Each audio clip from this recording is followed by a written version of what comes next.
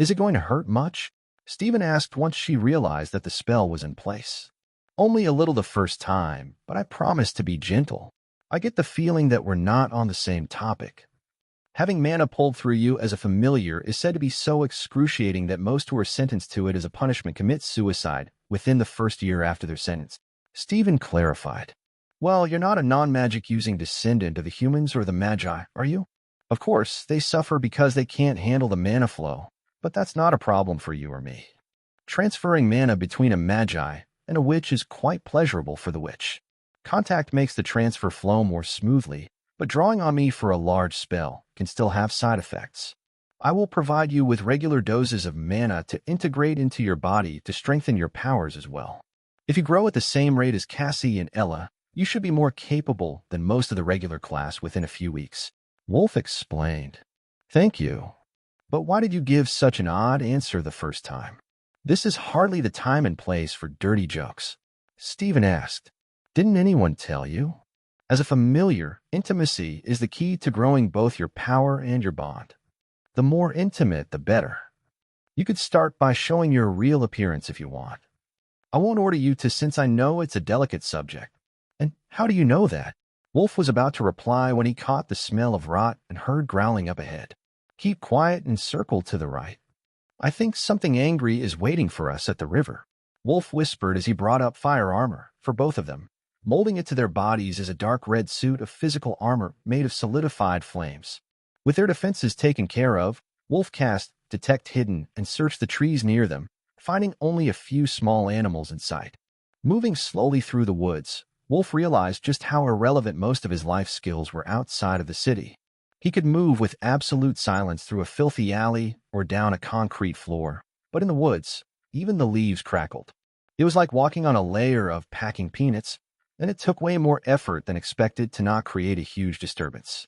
Whatever was in front of them was making such a racket that it didn't matter, though, growling and doing something that sounded like slapping at the ground. As he reached the edge of the trees, Detect Hidden revealed the awful truth. A badly mauled ghoul was trapped in the jaws of a dead monster that somewhat resembled an overgrown house cat if you ignored the scaled portions. He also spotted their target. Along the waterline, a few dozen long blades of teal-colored grass grew, glowing faintly in the dim light of the forest. They don't store well unless you know how to dry them properly, so only take what we need, Stephen whispered, coming up behind him. Wolf checked the area, looking for another monster he was certain should be there, waiting for the noise to attract more prey. The ghoul was so loud it had to have been noticed, and in the lower levels of the city, gangs would often leave an injured opponent on the loose and then attack whoever came to rescue them. He wasn't finding anything, though, so maybe that didn't happen out here. Still, to be safe, Wolf used a firebolt and burned the crippled undead to ashes. Up from the water rose a vaguely humanoid shape made of the same dark soil as the riverbank, roaring in rage, and Wolf realized they were in real trouble. That thing didn't seem to be afraid of fire, but there was still hope for lightning or even unholy smite. You lock that thing down, and I will get the reagents, Stephen whispered, with scissors in hand and crouched in a sprinter's starting position while he prepared to make a dash for the grass. Wolf stood up and fired a lightning bolt into the mud monster, while Stephen took off at a run. The monster was thrown back, stunned by the attack, and Wolf began to see hope for their mission. He channeled lightning continually, while Stephen quickly cut a handful of spirit grass, then rolled left to avoid a thrown mud attack by the monster.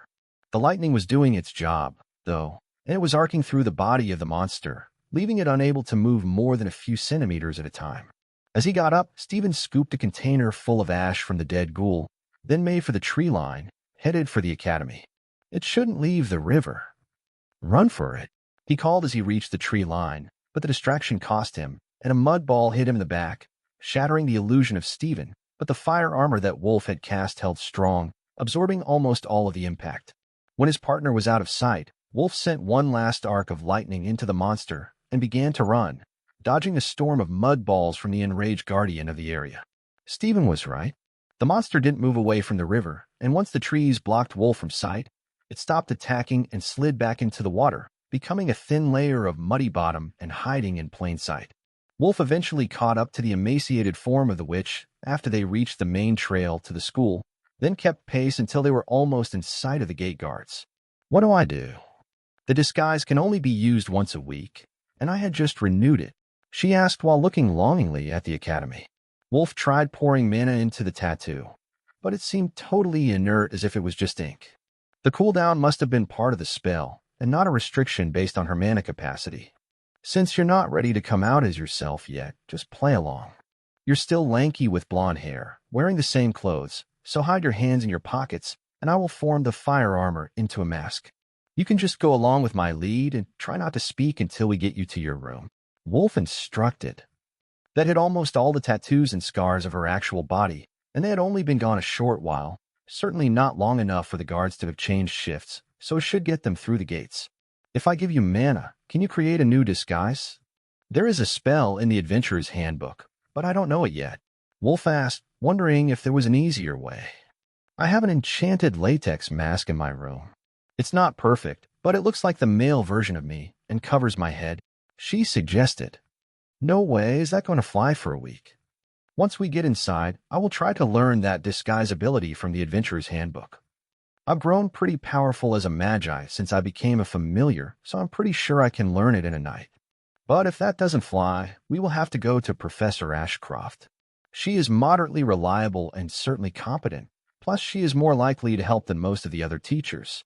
It's no guarantee, and you might end up in the same position I was, waiting around for an inquisitor to show up and determine your fate, but as far as I can tell, it's the best option that we have. Wolf suggested. Back up, did you say you're a magi? Not a summoned demon, but an actual spell-casting magi? That's impossible. They're extinct. I thought so too at first. I have learned since arriving at the academy that when anyone suspected of having a magi bloodline is caught, they are usually executed, but I was accidentally summoned as a familiar, so they cursed me to live as a demon forever. In the eyes of the coven, a highly promising which losing a powerful familiar is too high of a price to pay just to kill a potential magi. He explained. Is everything we are taught a lie? She muttered and then looked to the gates. Most likely. Here goes nothing. The two stepped out of the woods and approached the guards, who were immediately on guard and at attention. They relaxed a little when they recognized him, but when Wolf got to 50 meters away, a yellow light on the guardhouse lit up, and the guards raised their rifles in his direction. Hold right there. Not a step closer. One of you isn't registered in the academy system. The guard informed them. We left less than an hour ago, and you signed us out. Wolf reminded him. The warding spell says it is a demon and a witch returning, but the log says 2 human males left. The guard who was stationed inside the gatehouse informed them through an armored window, while the 2 at the gate gave their co-worker a funny look. Stay where we can see you. An authority is coming to verify your identification, the gate guard sighed. He suspected it was a recording error on the part of the officer inside the gatehouse, as everyone knew that Wolf was a familiar and therefore clearly not human. But the gate guard was sure he had left with that tall, pretty boy noble, not a witch. The headmistress herself, with an armed escort, came out to meet them only a few seconds later, having arrived using transport magic. Once she was at the gate, she directed her glare at Wolf for dragging her out here, then looked over at Stephanie with curiosity. What are you doing outside the academy? She asked, skipping the preamble. We had the morning off and were asked to get some much-needed walnuts, hemlock, and spirit grass for the witches. We also managed to get some ghoul ash after finding one dead, a lucky find by the river. Wolf explained. And which witch went with you? First years aren't cleared to leave the academy, the headmistress demanded. Stephen Isabel, Wolf replied calmly. There was a chance the headmistress already knew his secret. Not much got by her keen senses, and Stephanie had been standing right in front of her for nearly 5 minutes the other day, while a matter of the betrothals was being sorted out. And who is that with you now? I know his aura, and Stephen Isabel certainly doesn't have a familiar bond active or a witch's aura. That might be a misunderstanding that Wolf could fix and get them out of this spot without any major fallout. That's my fault. The mud monster broke his disguise spell when I was supposed to be distracting it, and I cast a few spells afterward. That's most likely why the aura seems to have changed. You, whoever you are, take off the mask, the headmistress demanded, disregarding Wolf's hasty excuses. Wolf deactivated fire armor on Stephanie, and immediately the guards with the headmistress raised their guns. Hey, slow down, no shooting. I'm telling you, this is the same person I left with. The aura change is just from my spell casting. Wolf called, stepping in front of Stephanie. Fine, we will do this the other way, the headmistress announced, and took out a wand made of some sort of gnarled black wood. With a faint pop of displaced air, Stephanie was gone from behind Wolf, and a long-haired, pure black kitten stood in her place. The headmistress gave the cat a perplexed look before lifting the kitten in the air with a wave of her wand and bringing it to her hands. The flashing orange light on the tower had turned off, but at the moment, nobody noticed, all too engrossed in watching the headmistress's show of power. You really are an Isabel. What did they do to you? And how did you end up as someone's familiar? That's just too cruel for a girl who hasn't even been to the academy. She mumbled as she cast a rapid series of spells on Stephanie and continued physically inspecting her. Wolf assumed that she had a spell similar to detect hidden active since she could clearly see more than a fluffy black kitten in front of her, but what exactly she could see he had no way of knowing. Now let's find your partner and see what nefarious things they had planned, the headmistress said, loud enough for everyone to hear. Wolf could swear the kitten was laughing at him. Could you change her back? It might be easier to explain everything, Wolf asked hopefully as the headmistress turned her glare in his direction again. So you freely admit that you are the one who bonded with an unregistered witch, and that you did it after you had failed to report her presence? At least you weren't the cause of her injuries. They're all too old to have happened after she arrived. It wasn't a question, and Wolf was getting uneasy with the way that the wand was pointing at him. I just verified the truth myself. There wasn't time to inform anyone since the first people that we met were the guards, and this really is the same person that I left with, which is what they asked. It's all a big misunderstanding. I was only trying to. The headmistress cut him off. Trying to sneak back in and get the disguise spell that the Isabel clan cast on her working again? Yeah, that. The headmistress rubbed her temple with one hand while cradling the kitten that was Stephanie in the other. Clearly, you don't even realize how serious the rules you broke were. But that should be expected of a magi. You are both in a lot of trouble right now, even more than the day that you first arrived here, awaiting trial for being an unregistered magic user. However, I don't believe in prison time to change behaviors or the death penalty, so I will punish you both in another way. Stephanie, you will not be changed back into a human. Furthermore, your disguise spell is blocked until I see fit to accept your repentance for unlawfully infiltrating the academy with enchanted weapons and as an unregistered witch. Consider yourself lucky. The maximum penalty is, in fact, death. Wolf, you seem to have far too much excess energy left over for getting into trouble, but you're already under the ultimate censure of demonhood and banishing. You wouldn't do me any good since your witches could just call you back. Instead, for the crimes of harboring an unregistered witch, forming a reverse familiar bond without a criminal conviction, and failing to report the presence of a dangerous intruder, you will provide 500 units a day in energy to power the Academy's defensive spells for the next 30 days. You can explain to your witches if that leaves nothing for them, and if you can't provide it, there will be late delivery penalties. 500 units were 5,000 credits worth of mana daily for a month. 150,000 credits for failing to turn Stephanie in? That was a bit steep, he thought, but the headmistress didn't look like she was willing to negotiate. She was definitely mad, much angrier than when he had set the investigator's armored vehicle on fire. Yes, headmistress. I'm very sorry for my misdeeds. Wolf apologized as sincerely as he could. With her punishment set, one of the guards took out a large crystal and passed it to Wolf. It was a mana crystal, but a much larger one than was used for currency within the city. 500 units every day. It will glow when you have paid your daily penance, and you can turn it in at the gate or with Professor Ashcroft. The guard informed him.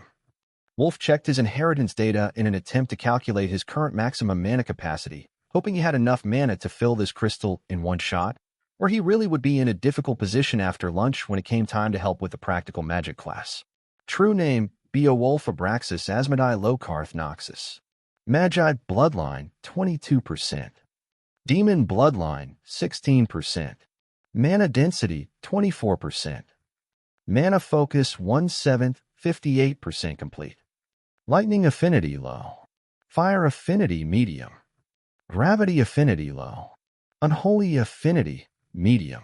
If his calculations were correct, he should have enough stored mana. At least, as long as there were no tricks involved. Go ahead and drain your storage. You can get a head start while you are here at the gate. It will reduce your channeling time tonight, the guard suggested. Wolf did exactly that, and at a little under half of his total mana capacity, The crystal began to glow in his hand, giving off a soothing black light. The guard took the crystal back, turning it in her hands, before giving it to the headmistress. It is full. The demon had an impressive amount of mana stored. It looks like I underestimated you, Wolf Noxus. Your power is growing at a more impressive rate than I expected, but an agreement is an agreement. 500 units a day.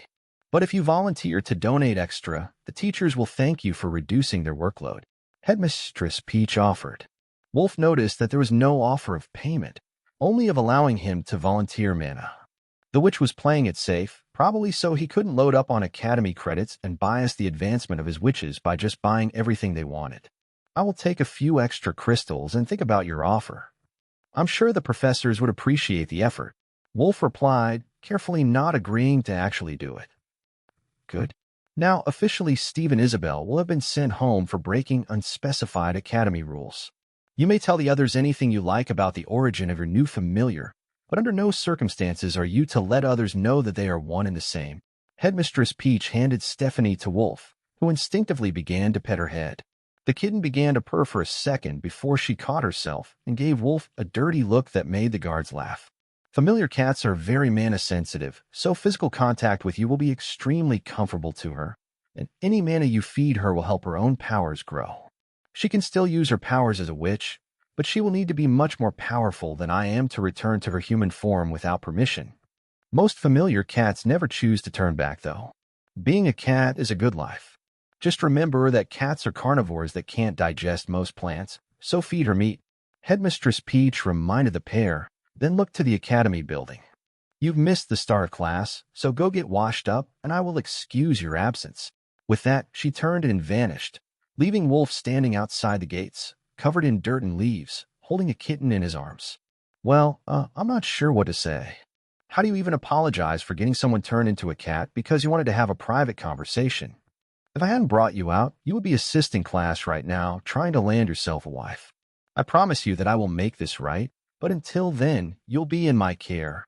Wolf stroked the fluffy black kitten, unsure if Stephanie could even answer anymore, though from the way that the headmistress was talking, it seemed that she was likely to have kept all of her previous mental faculties. This time she didn't get mad and simply rubbed her head against Wolf's cheek, then looked to the academy.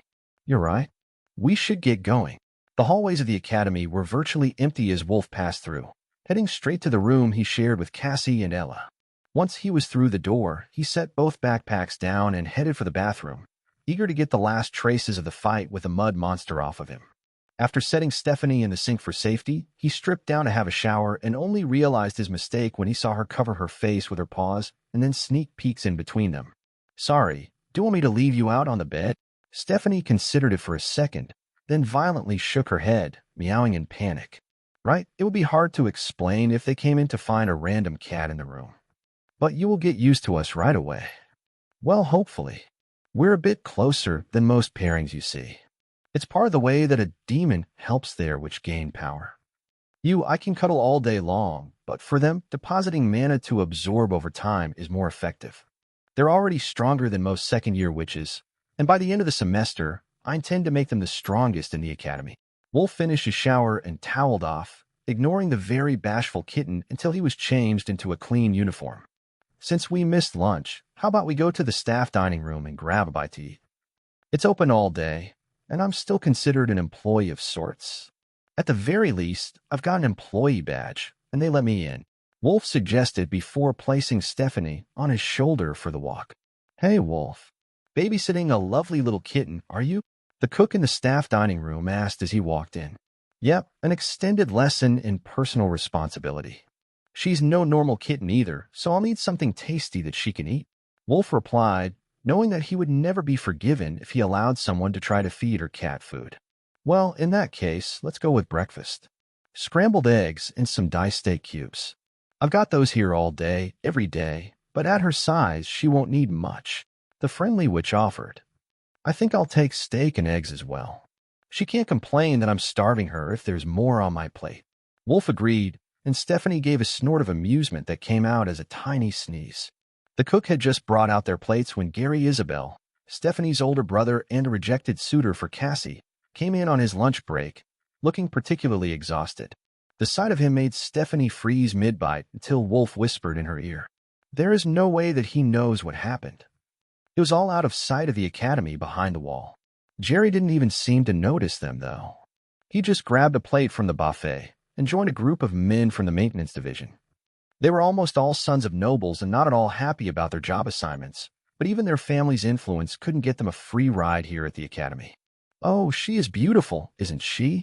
a lady from the housekeeping division asked, sitting down across from Wolf at the table. "She really is, and she looks so soft. Better keep her away from that Mary, that little witch with the big dog, though." Another housekeeper laughed. "The problem isn't Pup. He likes everyone. Well, almost everyone. But Mary is obsessed with cute and fluffy things," Wolf explained to Stephanie. The first housekeeper to sit down was confused by the way that Wolf spoke to the kitten for a few seconds before she realized what was going on. "Oh, we should have realized that she was a familiar and not a pet. Familiar cats are wicked smart, so she probably knows everything we are talking about. I'll remember for next time." Lunch passed with a bit more peaceful chatter until Wolf excused himself back to the room, bringing the overwhelmed Stephanie with him. They're a lot to take in, but partially that's because most of them are failed academy students who always wanted their own familiar. "Now, did you want to study, or did you want me to make you a good spot for a nap?" Stephanie gave Wolf a dirty look at the suggestion of tucking her in for an afternoon nap, so he placed her on the table and got out the Adventurer's Handbook, his guide to useful magic. A lot of the early spells in the book were wind and water elements, which Wolf couldn't use yet, and the book assumed that readers had received combat magic training at an academy, but there were still some useful spells, and the knowledge of the outside world was invaluable. So valuable that Wolf completely lost track of time and was still reading when Cassie and Ella returned after class. "What are you up to?" "You missed class." Ella greeted him as she walked in. "It was an unavoidable delay, but I got everything that was on the list and some extra stuff.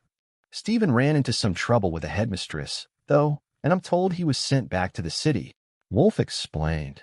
"That's horrible. Hopefully, he won't be in too much trouble once he returns. I got the feeling they didn't treat him very well to begin with. But who is this lovely ball of fluff?" "Present for Mary." Wolf shook his head. "This is Stephanie. She will be in our care from now on. She is a familiar cat, and I will be bringing her to class so she can learn spells with everyone else. I'm told they can be quite adept with magic, and since she is bonded to me, she'll get a lot of feedback to grow her strength." "So, you gained another familiar?" Cassie asked suspiciously. "An adorable and fluffy one," Wolf confirmed, sensing Stephanie's discomfort at being called adorable. She would have to get used to it. She wasn't who she used to be, and as of right now, she was absolutely lovely in the way of all fluffy kittens. Only a monster could hate kittens. No wonder demons are overpowered, not only taking multiple familiars but being able to grow their familiars' powers so quickly. "At least this one is just a pretty kitten and not some new witch trying to steal you away from us," Ella added with a smirk, reaching down to pet Stephanie. The kitten tried her best to explain something, but the bond wasn't strong enough to convey her words, and it just ended up looking like she wanted to play with Ella's hand. Ella, not understanding the intelligence hidden behind those intentions, decided to play along, leading to a very frustrated Stephanie before she realized that she could probably still find a way to write out what she wanted to tell everyone. Unfortunately for her, the attempt to find a notepad was blocked by Mary and Reiko coming in to study for the evening. "Did you get the materials? I heard about Stephen. How horrible. I hope nothing bad happens to him on the way back to the city." Reiko greeted the room. "Yeah, we collected them all. The mud monster at the river is a tricky one, though. We should probably warn any other first-year students that want spirit grass. What are you trying to cast anyhow?" "We are going to make a clear mind potion. It's an optional creation, so you need to provide materials or buy them from the school, but 1 drop a day is enough to improve your power of understanding and let you memorize spells much faster." Reiko handed over the recipe, and Wolf realized that they had gathered enough materials for the 4 witches to use this potion for an entire school year or more. "I think we might have gone overboard. But on the bright side, if your friends want to make the potion as well, we have the ingredients." Wolf chuckled, showing everyone the content of the bags. "Okay, that's a lot. Did you think we were making stew in the cafeteria?" Mary joked when she saw the number of mundane ingredients that Wolf had brought back with him. Reiko pointed toward the slowly withering leaves of grass. "We need to do something with the spirit grass, though. It's best when fresh, but we don't have a flower pot. The spirit grass reminded Wolf of an aloe plant that one of the restaurants near his apartment had in the window of their shop, so he wadded up some tissue in a cup and added water before inserting the spirit grass leaves around the edge and pouring some manna into them. The plant seemed to like that, leaning toward his hand while it slowly grew roots. It also looked much more healthy than it did before, beginning to recover from the damage of being clipped. That is incredible. That stuff is impossible to keep alive. Nearly every other plant responds to a witch's power, and even I can grow them with a thought if I have a good cutting, but not spirit grass. Reiko commended Wolf. It just likes me better. Wolf shrugged, suspecting it was simply because, like him, the plant stored pure mana inside its body, and a witch's plant growth abilities didn't fill its nutritional requirements. Wolf focused on one leaf to infuse with mana, placing a finger on it to let the plant absorb all it could and grow. It had increased in height by 5 centimeters when Wolf's mana was empty, which he clipped off for the potions they were making today. That should be enough for the recipe, and we can let the rest of this grow inside the room, Wolf explained. In that case, let's borrow the lab tonight. There is lots of time until the lights out warning, and the potion could be ready for tomorrow's classes. We would get a head start on everyone, Ella suggested. Ella had never been indecisive about things she wanted, and today she wanted a potion to speed up her studies. The determination in her eyes said that she wouldn't be easily dissuaded. She took hold of Mary and Cassie's hands and pulled them toward the door, while Reiko shared a rueful look with Wolf. I guess we are making it tonight, then. I don't know why she's in such a hurry.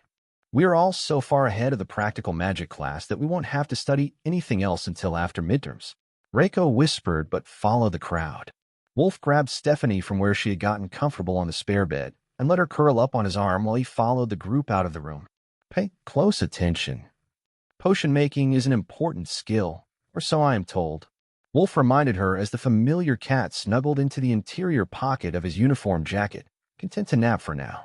If Wolf recalled correctly, cats actually slept for most of the day, and she had a very hectic one so far.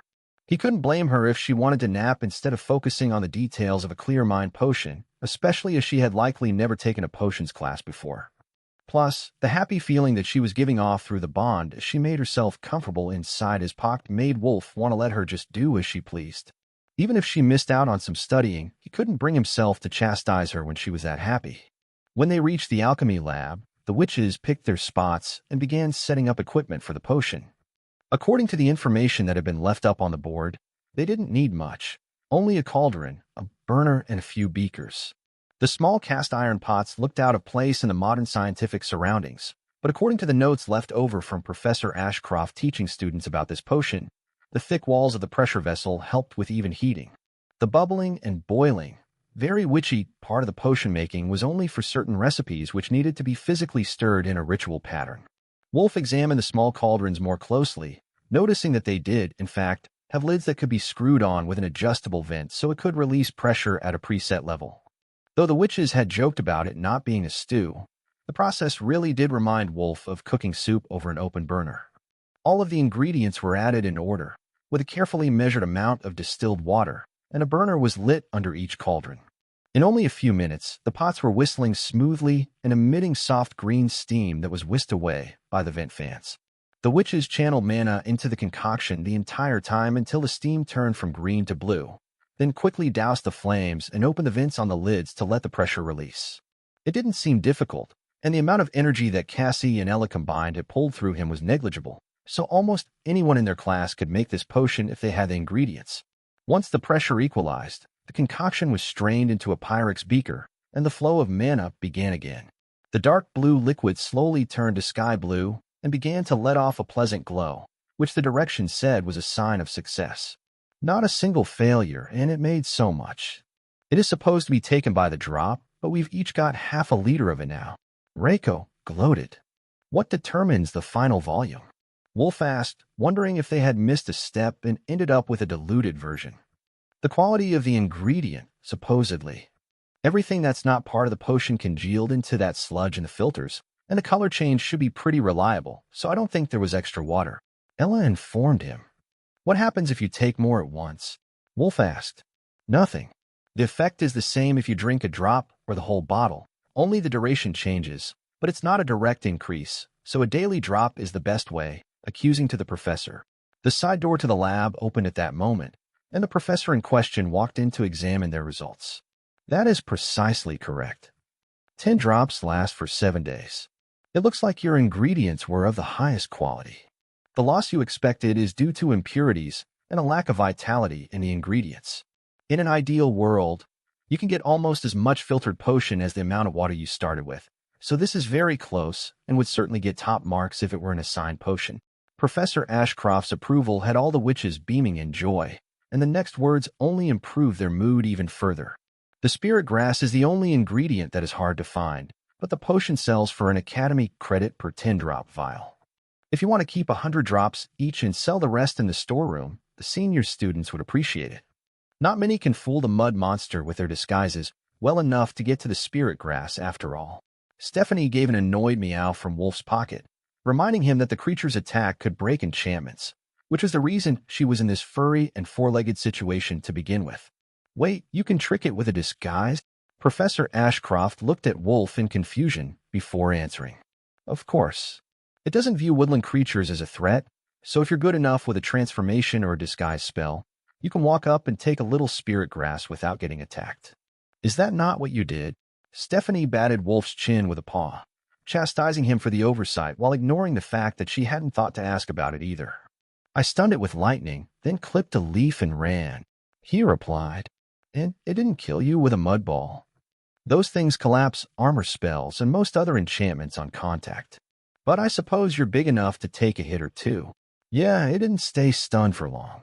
But we got the ingredients, and that's what matters. Professor Ashcroft was about to leave now that she had verified the safety of the potions, so Wolf stopped her in order to earn some goodwill. One more thing. The headmaster gave me some extra mana stones on top of the daily one I have to fill for her as my punishment for the thing with Steven. Would you like me to fill one for you? It's no trouble, he offered. I heard about your situation. If you've got the energy to spare, I don't mind if you fill my daily quota as well. The professor told him while giving a pointed look at his coat, where Stephanie was hidden, to let them both know that she knew the real story. The professor reached into her lab coat and pulled out a large crystal for Wolf to fill. The same 500 unit size that he had to pay every day for the next month as punishment for not turning Stephanie in when he realized she was an unregistered witch. The rule seemed incredibly petty to Wolf. But clearly, the coven took it much more seriously since the maximum penalty for housing an unregistered magic user was death, even if she was a witch. Wolf emptied half his storage to fill the crystal, then handed the glowing black gem back to the professor.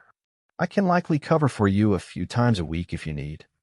I have been told the process is much more time-consuming for you than it is for me, he offered. Once a week is all I need. My quota for the school storage is only 100 units a day, Professor Ashcroft told Wolf with a sly wink. Wolf should have known that his punishment wasn't as light as it seemed, even if it didn't cost him anything but the appetite he built up after burning through so much energy. While she was on her way out, Professor Ashcroft gave Wolf one final bit of advice. If you have extra mana stones, give them to your witches so they can use the mana to cultivate their aura. If they score high enough on the midterm and semester finals, they can challenge the exams to move into the second year early. Not many witches ever choose that route since they still need to pass the year-end exams, but at the second year level. I think those two could manage it, though. No offense to you, Reiko and Mary, but having a demon familiar is nearly a cheat code for your early development. Your familiars need to grow into their power while Wolf is already there. She had a point. Pup and Flame were growing in power quickly, but only because their witches were. Wolf was way ahead on the power curve. I have alternate ways to grant Cassie and Ella mana and build their auras as well, but I will be sure to give them mana gems so they can work on their aura in their spare time. Wolf agreed. You know ways to improve more quickly. Why are you holding out? I thought we were friends. Reiko pouted. Wolf was about to answer when two hands slapped over his mouth and sharp kitten teeth sank into his ear at the same time. It's a private thing between a demon familiar and witch, Ella explained on his behalf. Mary giggled at their response. It's something lewd, isn't it? You're spending all night doing naughty things with Wolf, and you don't want to share. Reiko got a knowing look on her face and then turned to Cassie. Or she's already sharing and doesn't want the extra competition. Isn't that right? Cassie's face was bright red, and she couldn't look anyone in the eye. It was only making the other two more suspicious, and their intense stares were quickly breaking down her willpower. It was Mary's pleading look that finally made her crack. Her voice dropped to a whisper, but Cassie decided to explain it to them. Most people don't know, but when a demon is your familiar, you get a mark. It lets you store some of their mana to process later. It's like when you're touching your familiar, and you can work with their mana. But first, you need to get the mana inside you, you see? We can't spend all day in bed being fed straight mana, but this way we can build our aura even when we're apart.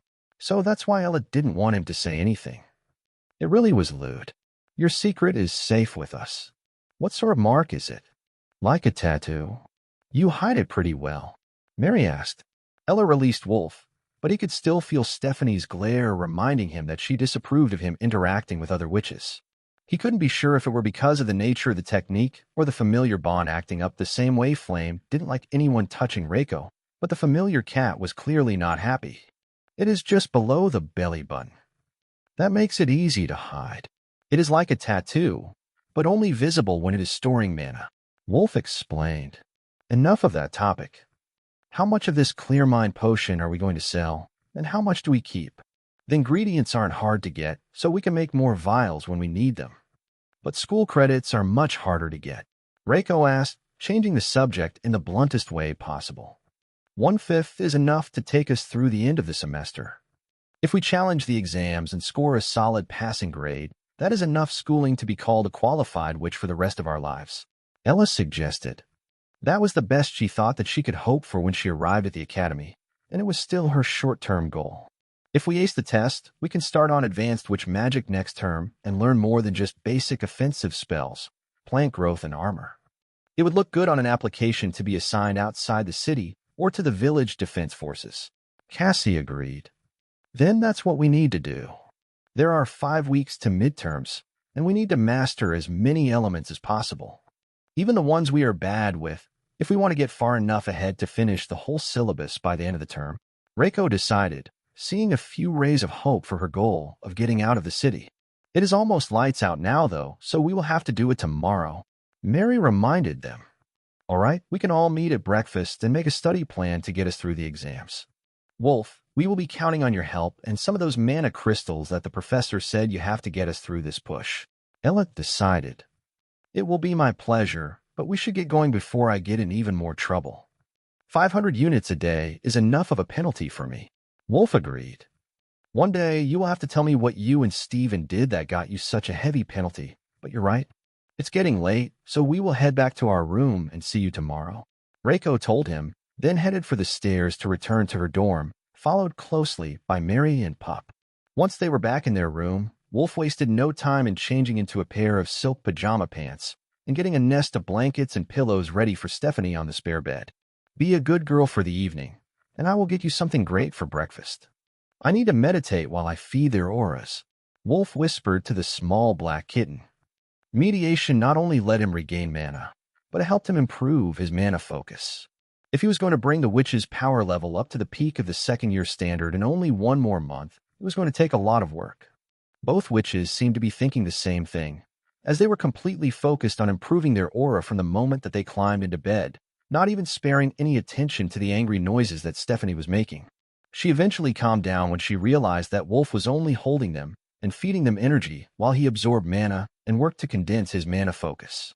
Life as a kitten might not be as easy as the jealous familiar had thought now that the spell was taking full effect on her. At least, not at night. Stephanie had a plan to fix that problem, though, and it relied upon her new form to pull it off. If the others took her as a witch, she would be viewed as their competition. But if she played up the kitten aspect, she could subtly take over the prime spots on and around Wolf without invoking any sense of jealousy in the others. Wolf woke up the next morning with a witch under each arm and a small, furry body on his chest. It was an excellent way to start a day, but more importantly, he could feel that his mana density and focus formation had both drastically increased after last night's mediation. Adding a third witch to the process had noticeably increased the rate at which he was gaining power during his evening mediation, and the constant flow of mana from him had made an impressive change in all 3 of their auras in a single night. The largest change was Stephanie, who had only just awakened her powers. She was far from the standard that Cassie and Ella were at, but she now had a distinct aura of power and the gains that she had made over the course of the evening were many times greater than either of the other two. It seemed that, as it did with Cassie and Ella, the process was trying to balance her energy level with the other familiars. Wolf stopped meditating and began working on clearing the blockages which were limiting Stephanie's potential. With her new feline body, the task was more delicate, with every pathway closer together, but the principle was the same, and he made some progress before letting her rest and beginning to work on compressing the mana he had stored into his focus. 1 or 2 more weeks like this, he would be able to complete the first of 7 orbs, and Wolf had the feeling that something significant would happen when he did finally reach that milestone. It was almost time for the alarm to go off, so Wolf moved his hands to the marks on the witches' stomachs and gently filled them with mana. It would be absorbed in an hour or so, but he could top them off after breakfast, and they wouldn't lose too much time while they were in alchemy class. As good as that feels, it's missing something. The transferred energy doesn't feel as dense as the energy that you have stored. I wonder if this isn't the proper use of the mark. Like maybe we are missing a step. Ella sighed as the influx of mana woke her. You might be right. I'm pretty sure that actual intimacy is the key to maximum gain since this spell was designed for use by an incubus, but we can test that theory after class. There's no manual with a demonization curse, and I ad-libbed the spell from a drawing that Mary brought us based on a rumor, so I'm just guessing at what it can really do, but it seems to be working decently enough. Your aura is so thick now that it wouldn't lose to most of the seniors. Wolf replied with a smile that made Ella snuggle in against his side until Stephanie's paw, batting at her nose, chased her away a few centimeters. Wolf switched his targets, and Cassie moaned softly at the sensation of mana flowing into her crest, then rolled over to give Wolf a kiss. All we really need now is practice with actual witch magic. Using the circles and inscriptions is a great cheat to wield elemental magic, but that's borrowed power. Learning hexes, enchantments, and nature spells would be a much better use of all this aura. She mumbled against his lips. That was all taught in the second year, as the first-year classes focused on making witches who could defend themselves in the wild and perform basic but essential tasks inside the city. Why don't we ask for self-study permission from Professor Miranda? Then you can work ahead as soon as you prove that you can use the basic spells from all 5 of the elements that are on the exams. Combat magic is easy with me here, and neither of you is going to be stuck as a commoner which doing city security or maintenance work. Just as Professor Ashcroft said, you should be able to skip ahead, Wolf suggested. That's a great idea, but do you think they will approve of it before the exams? Cassie asked. Probably not until after midterms, but the training rooms are open, and an hour or 2 every day should be enough to get the elemental skills finished to a level that nobody would question as passable. If I read the Adventurer's Handbook correctly, it seems that most hexes need a wand or item of some sort. All of the seniors have chains of them mixed with their enhancement amulets. We will have to work on that before you can do any complex witch magic. Ella joined the conversation, but at a low whisper. I've been wondering this since we first got our class schedule, but does anyone else get the feeling that the Academy is deliberately hiding the useful spells from the commoner witches so that they have no choice but to serve the coven? For one, how many of them join the defense forces? It can't be everyone, but they spent a whole year teaching mostly combat magic and utility potions.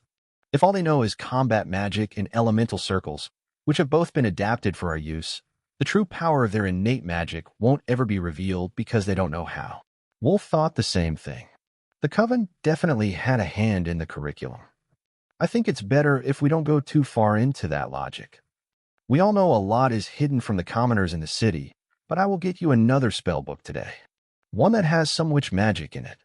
Maybe the explanation for the first semester's curriculum really is as straightforward as giving those who are likely to become failures and dropouts the tools to go into the wilderness and look for their own materials so they can change their rate of progress. There are supposed to be training field trips in the second semester, after all. They had delayed too long already, so they all got dressed and headed for the cafeteria to meet Mary and Reiko. The witches had just enough time to grab a pair of breakfast sandwiches and rush to class while Wolf and Stephanie relaxed in their seats, free until after lunch. A lot of the other young men who had arrived to accompany the witches were in the same position since Professor Ashcroft didn't like them getting in the way, so the room was far from empty, but they were all clearly avoiding Wolf. He had become the topic of a lot of gossip, and most of it was not good for his reputation, at least not among the men. He waited until the Linkwood's witches told him that they were safely in class, then tucked Stephanie into his inner coat pocket and headed for the library to see if he could snag a book on advanced witch magic. The assistant today wasn't one that he had met before, but she seemed happy to see him. "Mr. Wolf, welcome. What can I find for you today?" She greeted him. "I need a primer on introductory hexes, charms, and illusions," he requested. "You've got the Studious Witches, do you? They're not approved for the second-year textbook, but I can get you some reference materials with lots of useful spells that don't need fancy ingredients." Wolf's smile made her blush bright red, and he thought she might actually pass out when he placed his hand on hers and gave her a small jolt of mana. "Thank you, that's exactly what we need. The more practice they can get with their innate magic, the better." The flustered librarian understood exactly what he needed and had no more objections while she led Wolf to 3 different books. This is an introduction to nature magic. You can't do much inside the Academy's walls, but it doesn't need anything fancy to learn the basics. Then we have basic charms. Most of those can be done with just a wand to focus their power. When the witches are more experienced, they won't even need that. These are the sort of charms and minor hexes that all noble witches use regularly, but they're not the more powerful ones. Then over here, we have basic curses. That enters the curriculum in the 3rd year since they can be pretty nasty, and they need all sorts of things to work properly. Curses are a perversion of witch magic, which innately wants to heal and mend nature, so don't take them lightly. A miscast curse can backfire and kill the caster. I don't think you should bring that one to your witches, and certainly not so early in their training. That was the first Wolf had heard of a backlash to curses. They sounded simple but effective, like elemental magic circles when they were portrayed in movies. Both required some reagents, and curses usually needed something nasty, but that was the only real difference in how the Coven's film industry portrayed them. Is that why all the elemental magic they learn is for combat? Because their innate magic is best for healing and utility, so they only need offense? Wolf asked. Not quite. Everywhere outside is dangerous, and none of the allied covens are on particularly good terms. But the rivalries between covens are child's play compared to the open hatred that everything else in this world seems to have for witches. Even human nations are extremely dangerous for someone with witch blood. If they run into anything that isn't a plant during their travels, it will likely be a fight to the death. That's why while not all of the witches outside the city are in the Morgana Defense Force, the force is all witches, and the Academy is their only source of recruits. She explained in a much lower voice than was necessary, even for the library. Thank you. This will really help. Wolf replied before he picked up all the books except the one on curses and turned to head back to his room. Before you go, can you answer a question for me? I know it's just gossip, but the art club really wants to know. Wolf smiled at the embarrassed witch and wondered what she was going to ask. Is it true that the Isabel clan called Stephen back to the city because they found out that you two were lovers? The rumor going around is that you seduced him, and he abandoned his mission to marry a top-performing witch into the family, so his family is punishing him. Wolf laughed a bit too loud for the library before he could catch himself. No, he was caught with contraband, and the headmistress sent him back to the city. He was devoted to his mission the whole time. Well, that will destroy the dreams of the art club. But it probably won't stop the Dujins. Wolf knew it would be something like that. The way that the art club looked at him was just a bit different than the other witches. I'm off to get some other errands done. Thank you for the assistance, Wolf told her, gesturing to the stack of books in his hands. Tell your witches to check out the gym if they have questions. The seniors of the athletics club are actually really powerful witches, and they're always willing to help their juniors. The library assistant reminded Wolf as he left. He hadn't been down there in a few days since it was so crowded with the new arrivals, but Wolf thought a workout might be just the thing for this morning. Most of the gym crowd was either before classes or during the afternoon when the seniors were in alchemy and their attendants were off duty, so morning workouts should be possible. There were only 2 people in the gym when Wolf arrived, and one of them was rather familiar to Wolf. He had met the man during his trip into the academy, one of the combat instructors named Dean, if his memory served him well. He was doing a strange exercise, running on a treadmill with a weighted vest on and a 20-kilo weight in each hand. He was doing curls as he ran, and it looked far more comprehensive than what Wolf had planned for himself, so he headed over to the rack and picked up a matching set of gear. As his bloodline was purified through physical interaction with the witches and his mana focus slowly condensed, Wolf had been growing much physically stronger. He knew it in theory, as nothing was a real exertion to him anymore, but he hadn't had a real chance to test it out, and this exercise proved to be no exception. Even the 20-kilo weights, which Instructor Dean was struggling with, were barely any resistance to his arms. It would look bad to show the man up while copying his exercise, though, so Wolf made his way to the second treadmill and set a varied terrain for the run. Preparing for another trip into the wastelands? Why don't you join the supplementary combat classes I teach? They're open to all assistants, so a human familiar isn't out of place, and a bit of sword work can really save your ass when the undead come. Bullets don't do enough damage to stop most of them, but splitting the head open works every time. Instructor Dean offered. That would be great. I was once a bike courier, so I'm confident in my cardio, but unless I'm carrying the witches with me, running won't save us. Wolf agreed, eager to see what the academy would teach the living meat shields. That was how the coven members in the city treated all men, so Wolf didn't expect much better treatment of the assistants on the occasions that they were going to accompany witches into the wilderness.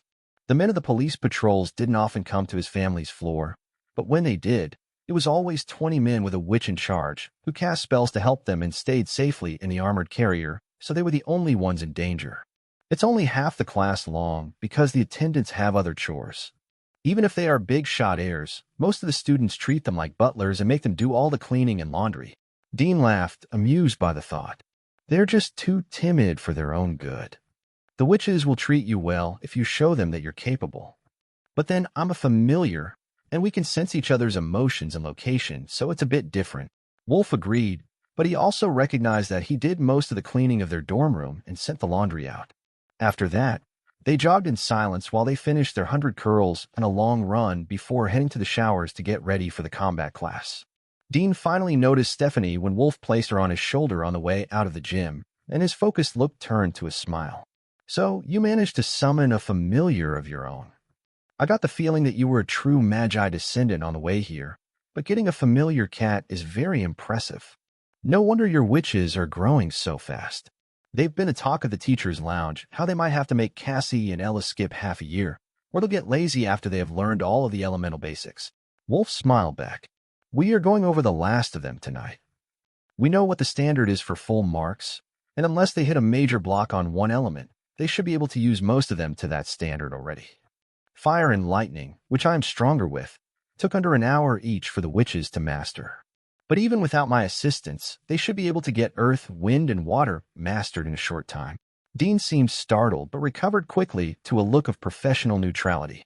We might have to step up the schedule then and have them do a wilderness gathering trip right after midterms. They can't start the second year without experiencing the outside world, and they would certainly get up to no good if they had half a term of afternoons free. Wolf had never been back to the training grounds behind the school before, but they didn't disappoint. It was mostly an open field, but there were stands of metal and leather armor as well as weapons arranged around the area, a running track, and 2 first aid tents. The main inner area of the training grounds was taken up with senior class witches practicing their fighting skills without offensive magic, since magical combat training had an indoor practice room with an abundance of protective wards cast on it, while the section of the field beyond the running track was slowly filling with reluctant-looking young men. A few seemed competent, but the rest were only here because they were ordered to attend or they had been scared so badly by the imminent prospect of having to go outside the walls that they didn't dare to skip combat training. It's good to see so many of you here today. We've got enough of you now to split up into proper practice pairs so everyone can grab a weapon. It is a common misconception that the undead horde is the greatest threat in the wastelands. But mutants, exiles, and monsters are far more intelligent, and many of them will use weapons against you. Your witches will be able to cast an armor spell to defend you from basic attacks, but exiled witches can often use magic, humans will use guns, and monsters can tear through an armor spell on their own. Dean began. And that's assuming the threat is from outside the city. One of the men muttered. Keep the city politics to yourself if you know what's good for you. Knowing what cannot be said is just as important to your survival as your fighting skills. Dean answered quietly, but everyone got the message. Infighting was a taboo topic, and making a fuss about it was a good way to meet an assassin after you were recalled to the city without warning, especially for the children of nobles. Dean's response silenced the group, and everyone went to collect a melee weapon of their choice. Wolf had the batons that he had chosen when he first arrived, and they didn't need to be replaced with a training version, so he stayed with them, going for familiarity over learning new techniques. The nobles would have learned to fight with various blades and other weapons as children, and he didn't want to embarrass himself on the very first day. Wolf, as a demonic familiar, can you use an armor spell? Dean asked. Lightning, unholy, or fire, Wolf informed him. Then you train with me today. Soon, everyone who is assigned to a second year or later student will be joining their witches for training. But first, we need to address any holes in your basic skills. So, follow this pattern and come at me. Middle, high, low, middle, high. Then we switch. Everyone, please pay attention to what he is doing. This is the pattern you need to follow for the skills assessment. The actual attacks would vary by weapon, but knowing the pattern let the defenders plan their moves, reducing injuries among the men who were only wearing the Academy's provided padding. Wolf activated Unholy Armor, creating a set of full-plate armor in a dull black color and a medieval style, which covered his weapons with a solid layer of energy. Then he began the attack pattern at what he hoped was a slightly above-average human speed. Instructor Dean touched the metal chest plate that he was wearing, and a shimmering light surrounded him, creating a thin, translucent magical armor. With that precaution in place, he blocked Wolf's attacks easily, and then counterattacked quite a bit faster than Wolf had been moving. I'm a trained guardian and enhanced by spells. There's no need to hold back. The instructor reminded Wolf once the first exchange was over. The other men began their attacks while a dozen staff members gathered to take notes on their performance and weaknesses. Dean signaled for Wolf to come again, this time at full speed, which the instructor still handled with relative ease, though Wolf was sure he had activated a talisman to increase his speed a bit more than it had been enhanced before.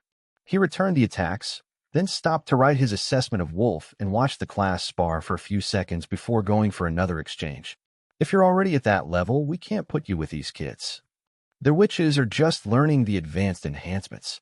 Their butlers won't be able to keep up, and your attacks will break their armor spells when you inevitably hit them. Most first and second year witches struggle to create armor around another person without using an amulet since they're not bonded like a familiar, which is what the witches are learning in this class. When they go out into the wilderness, most will use an amulet for their butler, but we don't use them during training as it defeats the point. Dean explained, "Well, that's a relief for my witches. But I've got two to defend, and even with the help of the lovely Miss Stephanie, that won't be easy." Wolf gestured to where the cat was lying on a table of padded armor, enjoying the autumn sunshine. "It could be easier than you think. Shields that aren't attached to anything are taught at the beginning of the second year. You can likely see them working on them in the practice room later. It keeps them from getting surrounded as easily, and you can use them the same way once you learn the trick." That was about all Instructor Dean could tell him since he wasn't a magic user, but a pair of moving shields would make up for the lack of an extra defender as long as the girls stayed close together. "All right, everyone, go again. You're all noble sons. You have been trained on how to fight, so show us properly, or we will fail you on your evaluation." Dean called to the men, who had mostly stopped once they thought their assessment was finished. The back and forth of attacks and defense went on for an hour until the class ended for lunch.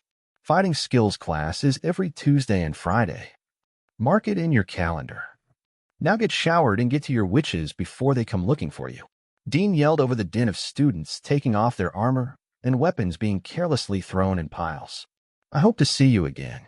We will start teaching Real fighting skills after the midterms are done, using magical constructs. You can take the place of a staff member and guard for one of the second-year witches who doesn't have an attendant." Instructor Dean informed Wolf as everyone else was leaving. "I'll be here. See you at the gym." Wolf took another quick shower and went to join the girls for lunch, carrying the excited form of Stephanie on his shoulder. She really wanted to get in on the match and beat someone up to vent her frustrations, but in the body of a cat, there wasn't much she could do. Plus, she didn't know any spells yet. "I will let you use a lane in the practice room if they're not busy.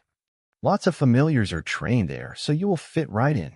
Just pay close attention in the afternoon classes so you can pick up the spells," he whispered in her ear, much to her delight. Being Wolf's familiar wasn't shaping up to be as bad as she had expected. "Did you get anything for us from the library?" Cassie asked as Wolf sat down beside her in the cafeteria. 3 introductory books that cover nature magic, charms, and hexes, but the librarian recommends that we don't touch the curses until you've mastered all of this since they come with a risk of backlash and are a perversion of the innate power that you're trying to learn, Wolf explained. "That's fine. Charms and basic nature magic will take long enough to learn." Ella looked between the duo and then to Mary and Reiko, who were still in line for food. "We should spend more time on the other elements first. Once we know we can ace the final exam, then we can start on the new skills. You worry too much." We will hit the training room tonight and see where we still need work, but so far it's been too easy. It's the exact same spell, but with the elemental rune on the circle changed. Only the advanced spells are more difficult, Cassie argued. That idea caught the attention of a few first-year witches sitting nearby. Nearly everyone treated the armor spells as completely separate, but looking at them, they were very nearly identical. Not every witch could manipulate every element well, but if you could do the basics, then the rest of the process should be easy. Just do the same thing you did for the last version. Then we have a date. Elemental practice tonight, and we will start on the new books tomorrow. Mary suggested, having heard their conversation. Do you think you can keep up, little one? Wolf teased. Pup is stronger than he looks. My skills are coming along quite well, thank you. She replied, then stuck her tongue out at him. I wish I could say the same. I can't seem to do anything with the water element. I'm great with fire and good with the others, but water just doesn't work. Reiko sighed. With flame as her familiar, that wasn't a surprise. She could also pass the exam without using water at all. She just wouldn't have as high of a score, but that wasn't her goal. If she wanted the best reference for job placement outside the city, Reiko needed to be on the honor roll at the end of her first year. Then we need to practice. We lose too much time in class while the teacher explains the spells over and over, Ella told the blonde noble. Well, excuse us. Not everyone can be a prodigy. A witch at the next table complained. She was from the advanced class, but she had been struggling with everything but lightning spells. Sorry, I didn't mean it like that. I just wish we could split up so those who need the help get more personal assistance while those who are ahead can study other spells on their own. Ella apologized. I know you didn't mean anything bad. It's just frustrating, you know. I can use every lightning skill in the book, but I can barely touch the other elements at all. Plus, I got a lightning hamster as a familiar, and he's really weak and afraid of everything. I can't even bring him to class because he panics and passes out, which gives me a panic attack through the link. Wolf patted her on the shoulder and gave her a one-armed hug. It will get better. Do you want me to work with him while everyone else practices? Just letting him sit with me, and Stephanie might help. Yeah, that might be all right. How about I bring him to class, and he can sit with you if he doesn't immediately panic and pass out. I would gladly sacrifice a few days' worth of practice to get him adjusted to being in public. She agreed quickly, as if afraid Wolf would change his mind. We will see you in class then. Wolf agreed. The timid familiar and his witch were waiting at the door when Wolf arrived with the others. The hamster was safely in a cage, freaking out about the number of people and raising lightning into the bars, which forced his witch to hold the cage with a layer of lightning armor on her hand to avoid getting shocked. Wolf could see she was struggling already because of the link, so he took off his coat and placed it over the cage, then took it from the hamster's mistress and placed the cage on a shelf in the corner. That seemed to help a lot, so Wolf moved the coat a little, letting the rodent see out, but with 3 sides of his cage covered. That was fine for a moment, but when Wolf touched Cassie and Ella to fill them with mana, the small creature began violently throwing himself at the cage, trying to get to Wolf. What a strange creature. Why don't you feed him some mana as well? Maybe he's an immature creature, like the witches who get kittens or tadpoles and have to nurture them to full growth before they are useful. Reiko suggested. Anyway, Wolf looked at it. That was as big as a hamster god. But there was no harm in trying. Even in the worst-case scenario, feeding it mana would just strengthen it a little until the energy was absorbed. Wolf reached a finger into the cage to pet the furball and let a bit of mana flow from himself to the familiar.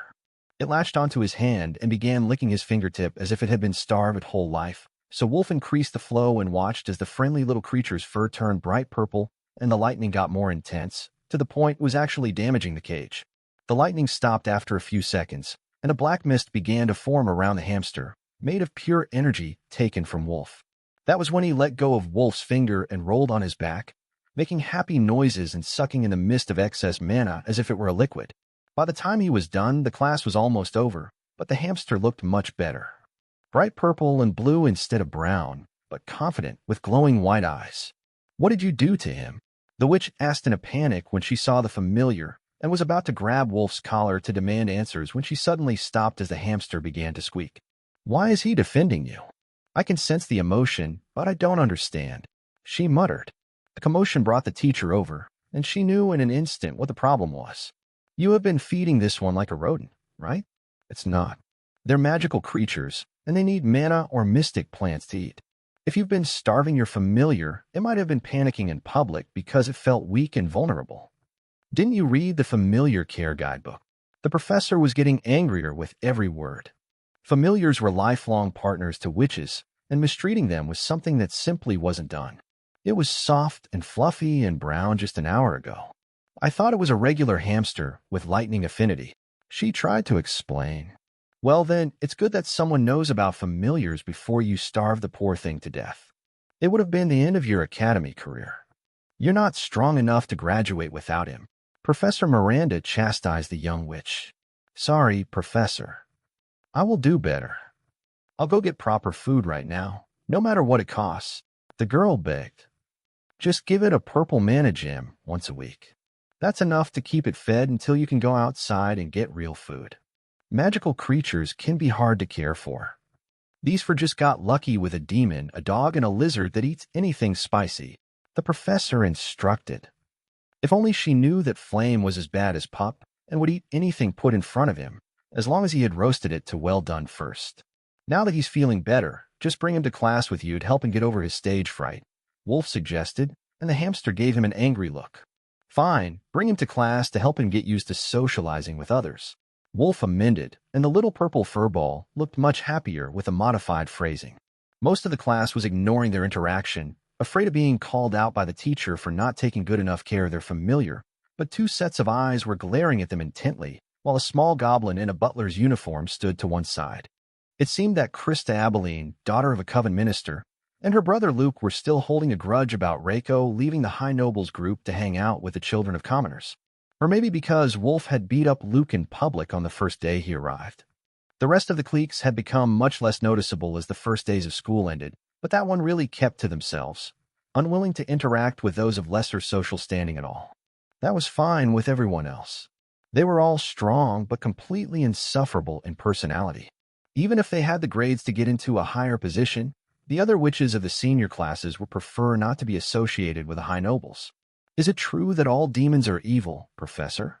Krista's goblin was a huge pain the first few weeks until she tamed it. One of the girls from Krista's social group asked. While it's true that their personalities are problematic, I can't say that they're all evil. Even the goblin here isn't truly evil. He just has poor impulse control. Professor Miranda explained.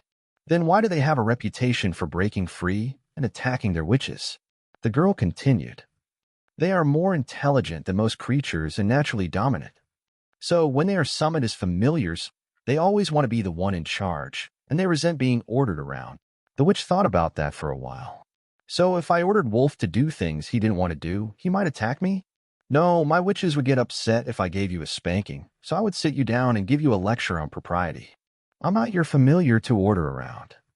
But if you think of the familiar bond as an employment contract, with the witch as the employer, it's much easier to understand the limits of what an intelligent familiar will find acceptable and what they simply won't do without being forced.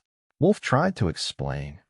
Not that he had ever been forced by the familiar bond even before he officially took control of it. But the class didn't need to know that.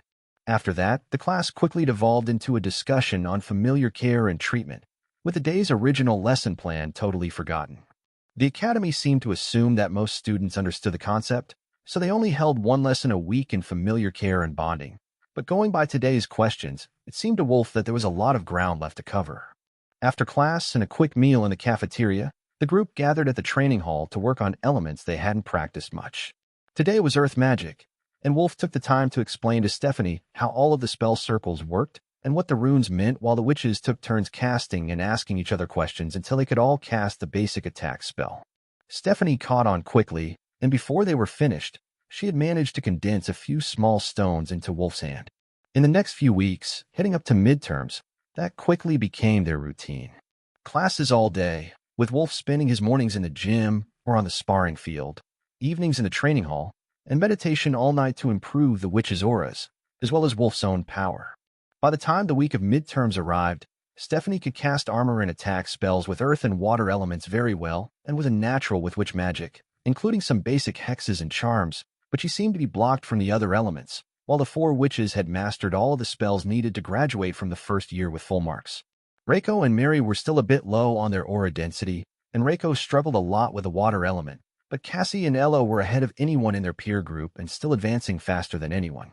It was a major cause of jealousy within the small group of Class A witches, and Wolf could tell that even Reiko and Mary were envious of the pair, despite the fact that they spent every night practicing with them and knew that they weren't holding back any secret technique or knowledge. Wolf had also been working hard, and with the input of the three others to feed mana into so he could work on his mana focus, he had made incredible progress. He could feel that he was coming up on a major turning point, and he only needed one final push to get past the mark and complete the first step so that he could start on a second focus. Ella and Stephanie had gained some inspiration on the various ways to activate enhancement charms on others and had gone for a late-night training session that night. That meant leaving Wolf and Cassie alone in the room, and Wolf had every intention of taking advantage of the situation. By the time Cassie passed out that night, Wolf had fed her so much mana through the rumored alternative meditation technique that the crest on her stomach was actually glowing with dim black light and her whole body was trembling. Intimate moments with the witches were far too few for his tastes, thanks to the ever-present meddling of Stephanie, who viewed all such interactions as a betrayal of the balance between familiars. After all, she was in the body of a cat, not a freshman academy witch, and it was partly his fault. No matter how good the head scritches were, they weren't equivalent to what he wanted to do with Cassie and Ella. At least not in her mind. As Cassie slipped into sleep, Wolf felt the mana focus coalesce, becoming a solid orb inside his body and filling him with an intense surge of power, refining his muscles and bones as a second focus, the size of a grain of rice, form inside his body. That was how the first one had started out, but he could much more easily work with this one, and the initial stages of opening it to mana flow and stretching it to the point that it was somewhat usable only took a few hours, finishing just as Ella and Stephanie returned from their training session near midnight. Stephanie was clearly unhappy when she realized what he had been up to during her absence. There was no way she could miss it with the sense of smell that a cat had, but the goofy smile on Cassie's face as she slept was a dead giveaway to anyone who happened to see it. The progress on purifying his bloodline had stopped after the initial few weeks of rapid growth, with the last major increase coming after he bonded with Stephanie, but Wolf's body had taken some time to adjust. If he wanted to improve it further, he would need to either find a new technique for increasing his magi bloodline or spend intimate time with more witches, preferably mixed-blooded ones, as the magi bloodline was the only part he was able to absorb. That wasn't really an option, so Wolf had somewhat resigned himself to having his bloodline stay as it was for the moment. Or at least the magi side of it, since the demonic side was still slowly advancing, 1% or 2% every week, with a point's worth of gain just that evening. It wasn't a visible change, at least not yet, but his whole body radiated energy, and his ability to absorb mana as he meditated was continuously growing, as was his power with the unholy element. The few unholy spells he knew were mostly sensory spells or unholy fire, but they were second nature to him now, activating with a mere thought, and when using Detect Hidden, he could see through even the finest of disguise spells. Even with that level of proficiency, some areas of the school remained impenetrable to his enhanced senses, which only made him more interested in what lay behind the enchantments. Unfortunately, there was no time for that. These days, every waking moment was taken up with some activity. With so much power available, and his improved recovery rate, Wolf kept Detect Hidden active all the time, but he reduced the effect so that it wasn't enough to confuse him or completely hide important things like furniture or school uniforms. The completion of the first mana focus was a much bigger change than a small increase in his bloodline, and now that he was working on the second one, the first mana focus was giving off a thin film of pure power around his body. It was not quite like a witch's aura, which was a manifestation of their gathered power. It was a residual effect of his body drawing mana to itself faster than it could be absorbed due to the size of the second mana focus and the fact that the first was complete and full. It took some time to learn to control his collection speed and suppress it so that he didn't alarm others or draw attention from every familiar he passed, but the completion of the core had a few distinct advantages. Advantages other than always having a familiar to pet and play with, since they were all single-mindedly devoted to hanging around him and his excess mana until their witches ordered them to stop. Now, he no longer needed to focus on pushing energy into Cassie and Ella. The crest on their bodies stayed full as long as they were in contact with him. The marks also changed a little when the focus was completed. The small circle in the center had changed into a balance symbol, divided with a curved line, and the amount of power it could store had increased. He could also pass them large amounts of power from across the academy without issue, as long as it was from the completed core and not the second one that he was building. that had allowed them to excel in alchemy class since they could use his power instead of channeling it on their own in the crowded lab, where dozens of other witches were interfering with the smooth flow of energy in the surrounding area. They had advanced so far that Professor Ashcroft had even promised to allow them to come in on their weekly break day to learn advanced potions, but not until after the midterm exams. It would be nice if they could have more time to work on advanced potions, as well as hexes, but all four witches were doing fairly well with basic physical enhancement charms and created a small chain of amulets that would let them cast all the most important ones whenever they needed them. All the most important charms, in the mind of the witches, only meant 3 enchantments. One for speed, one for stamina, and one for physical strength, but that was enough to put them on par with the lower-level monsters and physically overcome any renegade humans that they might come across in the wilderness, according to the older students. With only one day left until midterms began, Wolf was sitting at a table in the cafeteria, with Pup's head resting in his lap while they waited for Mary to pick up her breakfast. The big dog had taken to leaning against him whenever possible, absorbing the excess energy that Wolf attracted and generally finding excuses not to move more than was necessary. Every table, no matter the year of students, was intently focused on the same topic. What could they do to improve their chances on the exams? For some, it was their first time. For others, they were trying to climb the ranks so they could get a better placement after they left the academy. For those without political connections or the power to finish out the third year, their exam scores would be the primary factor the coven used to determine if they would become knights, the lowest of the noble witches, or a baroness, who was still near the bottom but got considered for much better government jobs, as well as being granted more privileges and a larger stipend. Those who expected to fail out of their second year and remain as commoner witches were already talking about changing courses to trade skills, learning to make the magical items which everyone in society relied upon.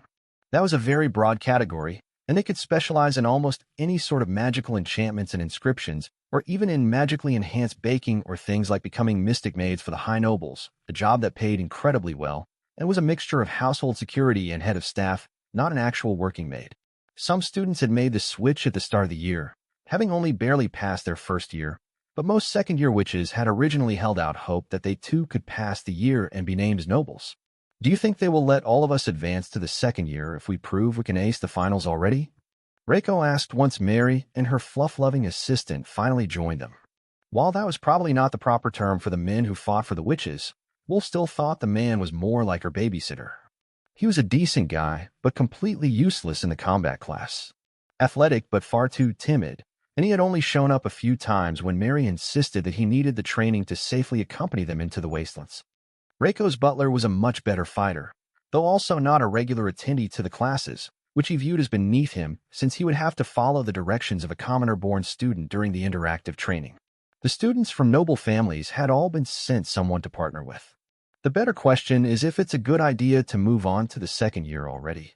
Sure, we could all advance, but we would have to do twice as much as all the other second years, or we would fail our end-of-term exams. I'm not sure we could catch up, either in learning or power. They have been learning witch magic and charms since the year started, and they have all the amulets and talismans that they made in the second half of their first year to help them. Reiko complained. Yeah, it won't be easy, but if we can get a field trip in or convince a group to take Wolf out to gather resources for us, we can start making the amulets that the others will learn in the second semester. That will help a lot, but it will take a lot to catch up on the schoolwork. They have it a lot harder than we do since nobody expects much of the first years. Ella agreed. Well, we can only do what we can do. Even if the end-of-term marks aren't great, we should be able to catch up by the end of the year. That's the mark that really matters, Cassie suggested. She had a point. None of them were going for high noble titles, so they just needed to pass the second year, and they could apply for positions outside the city. Reiko was aiming for wilderness protection or a similar position in one of the small outposts, but Cassie and Ella hadn't really decided on a future path after learning that having a demonic familiar basically made them unwelcome inside the city walls. The impression that Wolf got was that they would actually prefer to head to another territory entirely, but the family members that were left behind were a consideration that kept them considering a future close to the city. That would still make a wilderness protection or resource gathering position a good option, as their family could be sent almost all of the resources they were allocated, giving them a more secure life. Ella only had her parents and a small extended family, and Cassie only cared about her grandmother. After factoring that in, the paycheck of a lower noble, with a bonus for serving in the wilderness, would go a long way. Of course, they could stay out for a few months and return to take their third-year courses, where they would learn the sort of powerful enchantments and wards which protect the cities and villages, so almost all witches who qualified did return. But during the time between school years, Reiko was in a hurry to get away so that her parents couldn't force her into an arranged marriage back in the city. First things first. If we don't ace this exam, we will be spending the rest of the year in practical magic, learning spells we already know. I don't know about all of you, but the urge to curl up and nap in that class is getting stronger every day, and I don't want to upset Professor Miranda. Mary sighed while Pup barked his agreement, then settled his head on Wolf's lap again. And what is so good about your lap? Are you trying to steal my familiar? She complained, then moved to sit in Wolf's lap with Pup's head on her knees. Wolf had been gathering excess mana for the familiar, and the second that she made contact with him, the power all flowed into Mary, making the little pink-haired witch moan in pleasure, loud enough that the whole cafeteria could hear her. The supervisor on duty stopped to stare at them in shock, thinking that they were doing something unspeakable in public, while most of the students blushed and only snuck glances at them. Oh, goddess, that's good. You were channeling energy to Pup, weren't you? Do you do this for Cassie and Ella every night? No wonder they're always in such a good mood when we get to alchemy. Mary rambled. What are you saying in front of the whole school? Reiko whisper shouted at her bubbly friend, then got a burst of residual mana when she tried to pull Mary off of Wolf, and her eyes went wide as she gasped in shock, making Cassie giggle. I recall the first time I experienced that feeling. It was just as intense. But keep your voices down, or we're going to get kicked out of the cafeteria. There might be no hope for Mary's reputation, though. Cassie teased them. I think I know how we can reach the second-year power standards now. As long as you two let us borrow Wolf for a while every day, and we can only hope that we catch up on the rest of the requirements, Reiko whispered after a moment's hesitation. Looking up at the clock on the wall snapped her out of that train of thought. We've got to get to class, it's our last review session, and Professor Ashcroft said we could go over any potion we wanted as long as the lab had the materials. The girls ran off, leaving Wolf and Stephanie with Pup and a very confused Flame, who was in the middle of licking a plate clean and didn't typically get left behind anywhere. Finish your breakfast, and we will go to my room for a nap. I need to fill mana stones today, and then I'm off punishment detail. Wolf informed the familiars.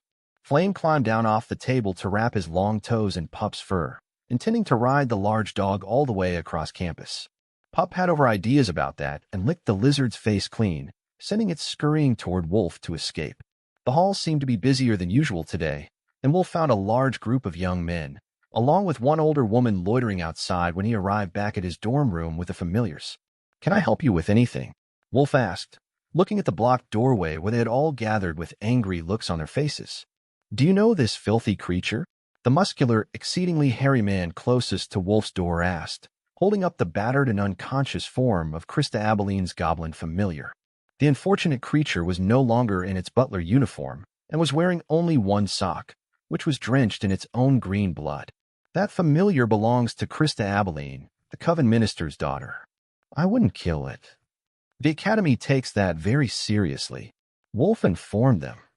Tell us now, what other heinous crimes have you been conspiring to commit, demon? The lone woman in the group demanded. Other crimes? I haven't committed a first one yet for there to be others. Do you have a point here, or are you just out to harass demonic familiars for sport while their witches are in a class? Grab him. The headmistress won't accept our evidence without a confession, the woman announced, and the others charged at Wolf. Stephanie bristled and Pup growled at the attackers, but Wolf activated lightning armor as a barrier across the hallway, stopping the charge a meter away from their group. The sight enraged the woman. You can't hide in your bubble forever. We have evidence that the demons have been turning familiars against their witches. We caught this one red-handed. There is a dorm phone right here. Why don't I call the headmistress, and you can present your evidence? Demons can't lie, it's part of our curse, so surely she will see the reality of the situation. Wolf taunted, then walked back down the corridor to where the phone was placed on a small table. Your petty tricks won't work on us. She won't waste her time talking to some pathetic familiar. One of the men sneered, and Wolf noticed that the woman with them was subtly trying to break his armor spell that was blocking the hallway. They could go around and come at him from both sides if they wanted, and if there were more of them that he hadn't seen, they likely were. But the main group seemed content to wait him out. Wolf picked up the phone and dialed 0 for the front office just as the very battered form of Luke Abeline, Krista's brother and designated guardian, came running toward him. Don't bother. The staff doesn't get involved in disputes between students unless they take it too far or school property is at risk.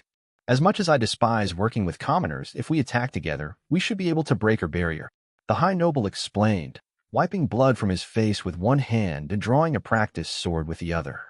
Explain clearly what happened. That is my barrier, not theirs, Wolf replied, and the noble's son glared at him. They attacked as we were leaving our room, saying something about demons turning familiars against their witches. Krista is in the infirmary, and I need your help to get her goblin back alive. Now are you going to help? Or don't commoners even have that much honor? Wolf frowned at the man's attitude and sighed. You really are an asshole, right? But they're blocking my room and spouting nonsense, so I will help. I just have to do it without damaging school property, right? Yes, no matter the fault, whoever damages school property gets punished. Luke agreed. Then leave this to me. Wolf didn't wait any longer to attack with chain lightning, the advanced lightning spell that the witches had all been learning for their exam. The arcs of electricity stunned everyone in the hall for a moment, while he ran up and grabbed the goblin from the limp hands of its captor. An underhand throw carried it back to Luke, who Pup and Flame were reluctantly guarding. Wolf was about to teach the brats in the hallway a lesson when more footfalls echoed down the hall, and most of the seniors from the High Noble group came running into sight. Did you rescue it? A tall blonde witch asked. The commoner's demon familiar did. They were coming for him next, but you know how humanoid familiars are. One witch from the slums wasn't enough to take on a freshly cursed demon. Luke explained. Wolf was getting more than a little annoyed with being insulted, but he was learning a lot about the school politics that he had managed to ignore so far. Whichever faction the group he had knocked out was from, they weren't on good terms with the High Nobles, and they had a hatred for demons, while the High Nobles viewed everyone as beneath them but seemed willing to work with others if it served their purposes.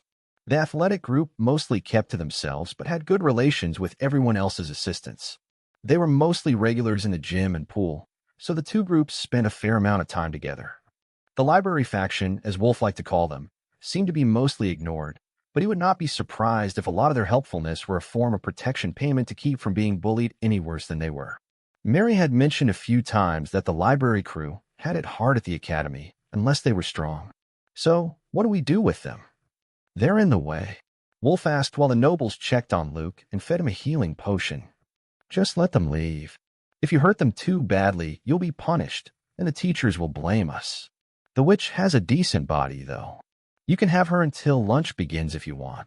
The leader of the High Nobles group replied in a casual tone, then turned and walked away, helping Luke keep up. Wolf noticed that the goblin didn't get any such consideration, but at least they weren't dragging him and had wrapped the more serious wounds, leaving the small creature to try to keep up, limping heavily as he waved goodbye and thanks to Wolf. Wolf looked over the unconscious group of attackers and saw that the witch was wearing a second-year student pin. That meant that either she had started at the academy very late or she looked especially rough for her age. When he had first noticed her, he had thought she was one of the academy staff, not a student due to her apparent age. Curses twist the body even when they don't backlash. A gentle voice whispered through the door behind him as Wolf contemplated what to do next. Thanks for the advice. Maybe I'll wait in my room until they go away. Just shout if they cause any trouble for you. Wolf offered. You're funny.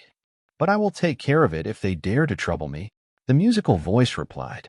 It was only after he returned to his room, leaving the troublemakers in the hallway, that Wolf began to wonder what sort of familiar that could be. Not many of them could speak, and all the students should be out of their dorms by now, even if they had self-directed study this morning. Filling 2 mana gems with a total of 1,000 units now only took a little under half of Wolf's mana reserves, thanks to the increase when his first focus was completed, and he set them aside while he got comfortable to meditate until his mana was recovered. Wolf picked a spot on the floor, sitting on a cushion next to the coffee table, and he was quickly covered in familiars, absorbing all the excess energy that he could attract.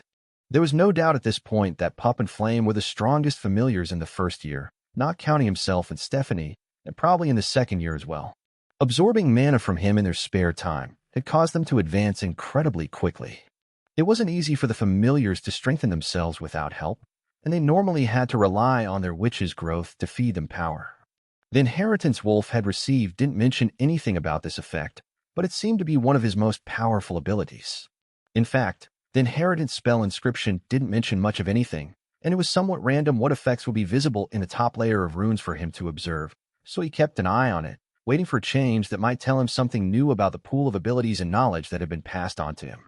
The growth of his allies also helped him grow, at least it did if they were bonded to him, and the enhancing feedback he was receiving from the trio that he was bonded with grew stronger every day.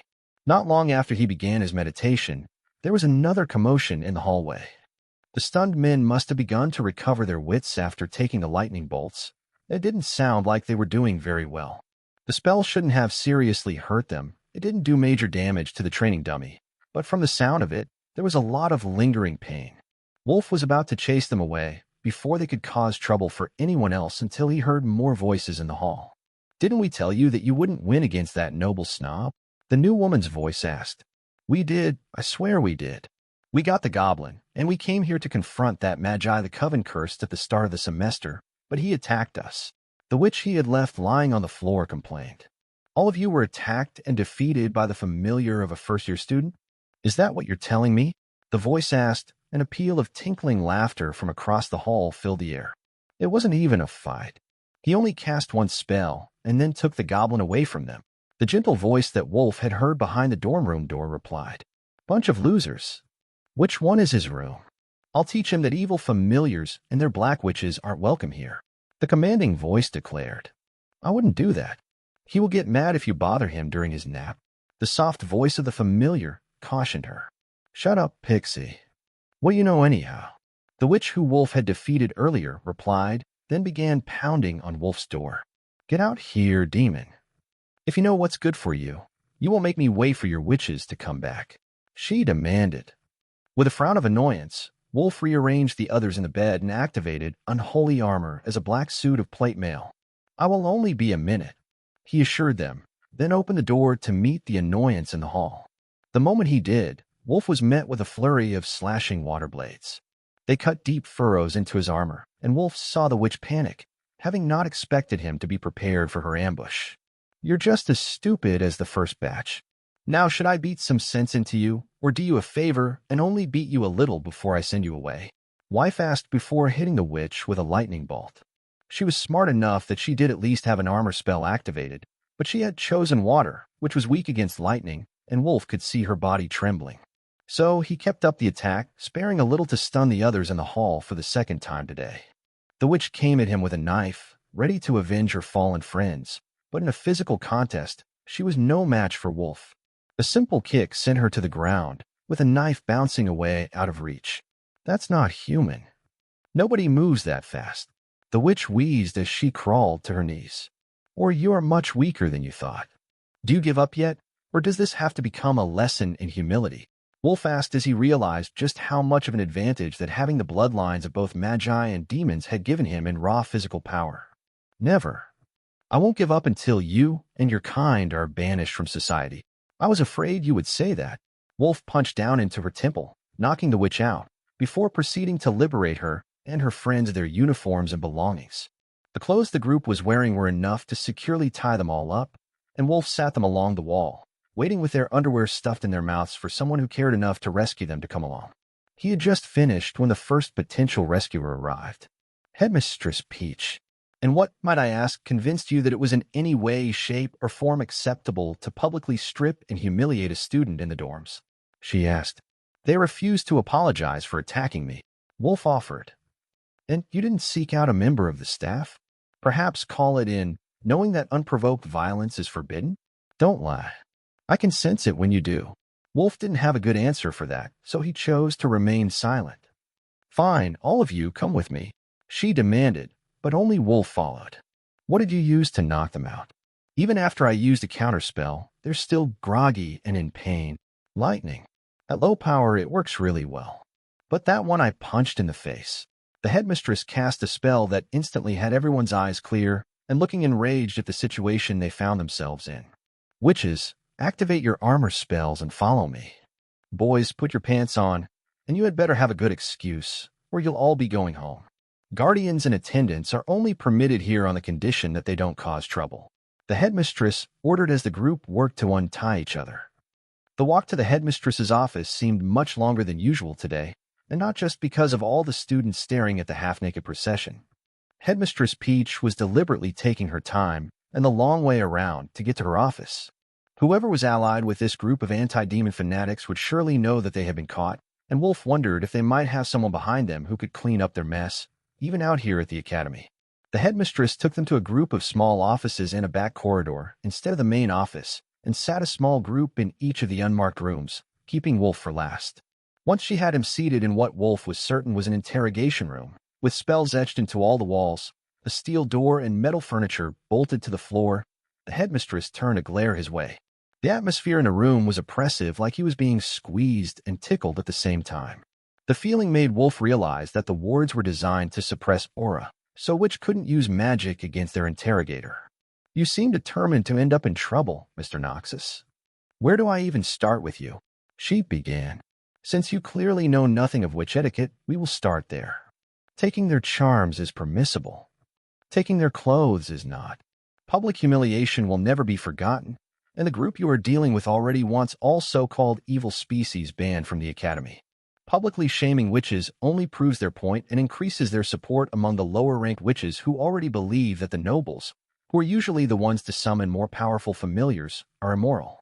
They believe that the familiar is a sign of moral character, and that witches who have a demon familiar are unfit for society.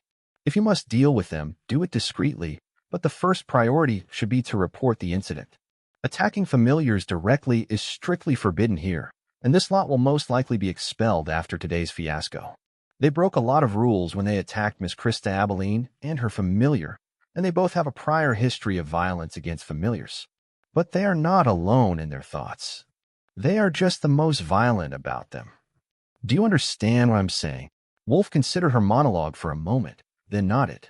I understand and accept my mistake.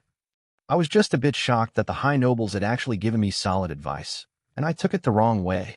The headmistress gave him a questioning look, so he continued.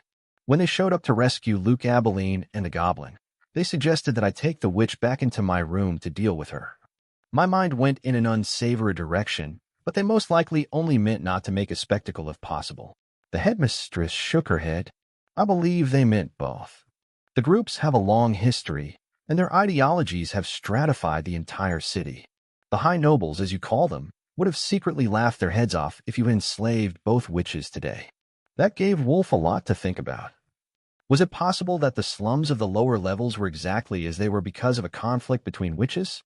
Those with the power denying resources to those who opposed them, and the other side finding any reason to take action against coven leadership? The witches had always seemed like such a monolithic force in the city that Wolf had never thought to question if they had factions, much less what the effects of a conflict between such factions might be. I will keep it in mind. It's not that I'm trying to cause trouble, though it might seem that way from your point of view. I'm just trying to make my witches as strong as possible so they can finish their training without being bullied. The headmistress smiled at his reply. That's a half-truth at best, and I suspect you are helping them mostly because it keeps two pretty women in your bed, but I won't chastise you for that. Now go back to your room while administration deals with this lot. The headmistress left abruptly at that point, leaving the door open behind her. Next to the room he was in was an entrance to the main office, so Wolf took the shorter way back, jogging through the halls to make sure he was back in the room before class let out. He was supposed to be taking care of the familiars after all, but they had missed their meditation time and were about to miss their chance to eat lunch before the witches got out of class. Stephanie was reading the primer on basic nature magic that Wolf had borrowed from the library when he returned while Pup and Flame were sleeping, so Wolf motioned for the familiar cat to wait for him while he ran to the staff cafeteria to get them some food. Only Stephanie was a picky eater. Pup and Flame devoured anything you put in front of them, but Wolf still took the time to make sure he picked a proper, nutritionally balanced meal for all of them and ended up with a large takeaway bag to carry back to the room. Lady and gentlemen, the food has arrived. For you, I have the finest lunch options. For Pup, your favorite mystery meat stew. Flame gets the barbecue beef and beans that I know your mistress won't let you have because you're a messy eater. And for Miss Stephanie, the catfish special with a side of chicken salad. Stephanie was clearly laughing at him since the meal portion was for a human, not a kitten, but the kitchen staff insisted that she was still growing and needed to eat. Plus, what she didn't finish, Pup would. In fact, he would eat it if you gave him even a short distraction to get close to the plate. The giant fluff ball was a true glutton. Wolf had just finished cleaning the barbecue sauce off of Flame's face and feet when the four witches came racing into the room, eager to tell Wolf what they had seen today. There are Defense Department buses here from the city, They don't usually come until the end of the semester, but I heard that they are recruiting second-year students early this time. Usually, only the commoners are forced to serve, but I heard that they're going to draft any of the second years who fail their midterms. Cassie blurted out the moment they entered. Wait, back up a minute, draft? Since when is the city defense force not made up of volunteers? You need to explain more than that. He wasn't in class this morning. Reiko informed the excited little brunette, seemingly quite amused by how much more lively than normally shy Cassie was when she was around Wolf. Well, you know how the academy is mandatory for witches, but it's not free, right? Graduates repay the academy either by taking government jobs or with family influence. Cassie asked. That Wolf did know nothing in life was free, but the failed applicants who dropped out of the first year were exempted from repayment because the witches didn't want to be associated with them, and they likely wouldn't amount to much anyhow. Well, one of the ways that those of us without coven families pay off the debt is with a 2-year position in the city guard, either working with police or base security. Wilderness protection is one of those options as well, and a better paying one. But that's not the point. The point is that lately, nobody wants to guard the walls because the monsters outside the city have been getting worse. So the officers who showed up today announced that the commoner witches who fail out of their second year are being drafted by their home cities that are under the Morgana Coven to serve in the guard. They're not even giving them time to recover from a bad mark with the end-of-term exams. If they fail any of the next 2 days' tests, they're gone. Cassie explained. Wolf was stunned into silence for a moment until Mary started talking. Yeah, that was our response too. Professor Ashcroft told us today that the regular class had like half the second years in their lab cramming for exams. Things must be really bad if they're actually forcing commoner witches to go fight in the wilderness. Or something bigger happened, and they don't want to tell us, Reiko muttered. You've been saying that all day, but after the war with the magi, nobody would be insane enough to start another one. They might not be friends, but none of the covens or the mundane leaders are that crazy. Ella countered, but the blonde noble just dismissed her argument, not willing to discuss her concerns. Fortunately for us, we're in the middle of nowhere. There isn't another major nation near the academy, so unless it really is a surge in undead and monsters, it won't affect us yet. Wolf consoled them. Before all that, we need to ace these exams, and you, little Miss Prim and Proper, have been holding out on us. How long have you known that Wolf could strengthen your aura through contact? Reiko asked Cassie. Since before we arrived, he was helping me make an amulet to prepare for school, and his power surged into me. Cassie explained with a deep blush at the memory. And you? When did you learn that demon familiars could do that? Reiko asked Ella. Not long after the summoning. Mary giggled at Ella's evasive answer, and how she wouldn't look Reiko right in the eyes. Come on, spill it. What did you do? There's more to it than just borrowing a bit of power for a temporary boost to your aura, right? If you don't tell them, I will, Ella whispered to Cassie, who shook her head and pointed back at Ella. Fine. I snuck into his room for a little bit of sexy time the night of the summoning and found out that if you do those sorts of things and take in his mana, you get a mark that can hold energy for over an hour.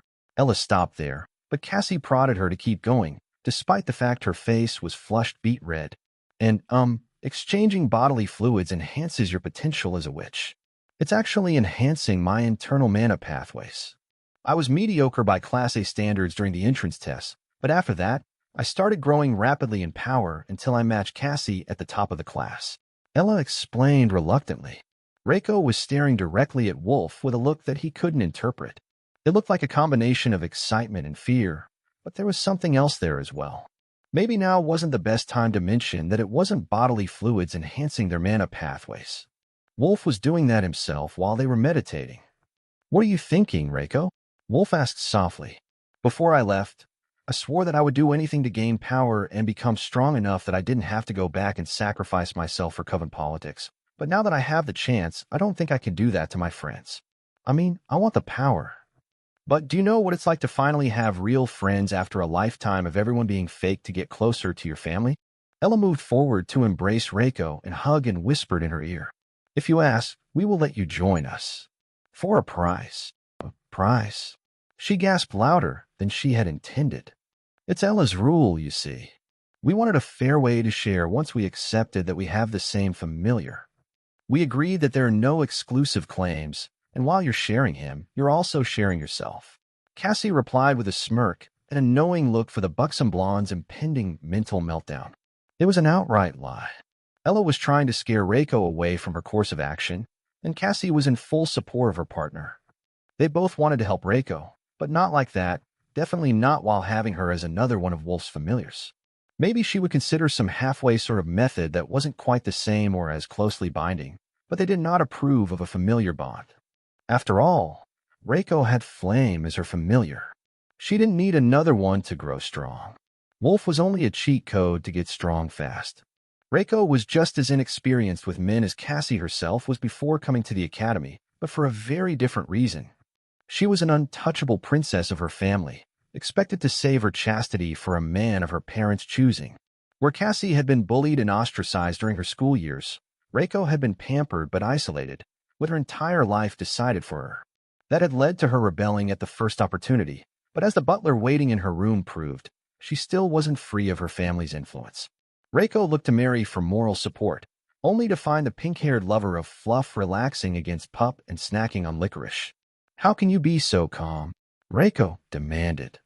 "For one, I don't even like men in that way, and secondly, according to Care and Control of Familiars by Morgana Murden, you can get the same benefits and a very similar binding mark from a spoonful of demon blood.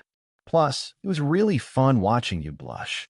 Mary answered without looking up from her snack. "No hard feelings, Wolf. I'm down to cuddle any time, though. Pup says you're really comfortable." Of course, Pup would say that. He spent as much time as possible leaning against Wolf or sleeping on top of him so that he could passively absorb mana and build his strength. It was actually somewhat surprising that a regular dog was such a strong familiar, even with his help. Wolf had considered that it was actually a very lazy magical creature, but he couldn't prove it. Everyone who could scan it just said it was a regular fluffy dog. "Isn't that a forbidden book?" Ella asked with pure curiosity in her thoughts. "Not exactly. It's just forbidden to sell a copy or read from it in public. It was written during the last days of the war, and Morgana Murden had some very strange things to say about the world that don't fit with modern teachings." Mary shrugged. "Like what?" Wolf asked. "She says that the various species known as demons don't exist. According to her, the ancient archmagi used a time dilation spell to preserve the souls of all magi on death, and the witches were creating an abomination by summoning the souls back into the world to warp and enslave them as familiars. But then she also said that archmagi could take 25 witches as brides and make them their immortal slaves by bonding their magic together. So who knows if she was right or just spouting nonsense. Wolf knew that he could take more than one witch as a familiar, which was supposed to be impossible. Familiars couldn't have more than one bond, and witches could only ever have one familiar. With that in mind, it didn't seem so far-fetched that the familiar summoning, which frequently pulled magical creatures from some unknown location, could actually be pulling out the souls of the dead magi.